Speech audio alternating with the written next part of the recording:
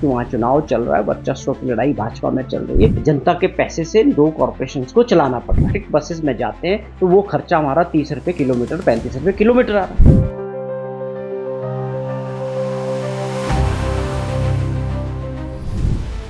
3500 से शुरू हो रहा है और टारगेट 1500 इलेक्ट्रिक बसेस का एचआरटीसी में लेने का है।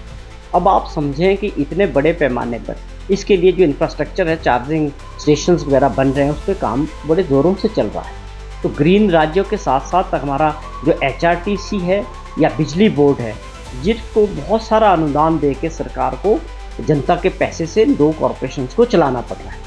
मुख्यमंत्री जी की सरकार की प्राथमिकता कि हम इन दोनों कॉर्पोरेशंस को ऐसी स्थिति में लाएं कि अपने पाँव पे धीरे धीरे खड़े हों, और वो प्रयास जारी है सरकार के। क्या ये गलत फैसले हैं सरकार? आप समझें कि इलेक्ट्रिक बसेस आने के बाद जो एचआरटीसी का अभी खर्चा है 1 किलोमीटर का डीजल की बस का, वो 70 रुपये किलोमीटर खर्चा एचआरटीसी को पड़ रहा है। अगर हम इन चीज़ों को इलेक्ट्रिक बसेस में जाते हैं तो वो खर्चा हमारा 30 रुपये किलोमीटर, 35 रुपये किलोमीटर आ रहा है। तो ये फ्यूचर की प्लानिंग है कि किस तरह से हम एचआरटीसी को खड़ा करेंगे, और हम उससे भी आगे चल रहे हैं। माननीय मुख्यमंत्री जी ने ग्रीन हाइड्रोजन के ऊपर जाने की बात कही है। रेलवे मिनिस्ट्री भारत सरकार को लिखा है चिट्ठी कि हमारा जो कालका शिमला रेलवे ट्रैक है, जिस पे जो ट्रेन चलती है, इसको जो है ग्रीन हाइड्रोजन पे डालना चाहिए, और वो हम देंगे बना।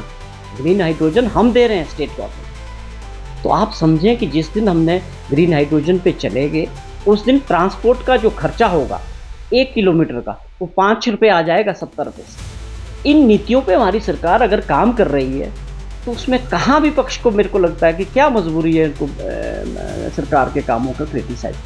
तो ये इनकी अपनी मजबूरी है कि वहाँ चुनाव चल रहा है, वर्चस्व की लड़ाई भाजपा में चल रही है कि अगले लीडरशिप किसके हाथ में हिमाचल प्रदेश की रहेगी। तो मेरी इनसे गुजारिश है जयराम जी से कि आप 5 साल तक प्रदेश के मुख्यमंत्री रहें।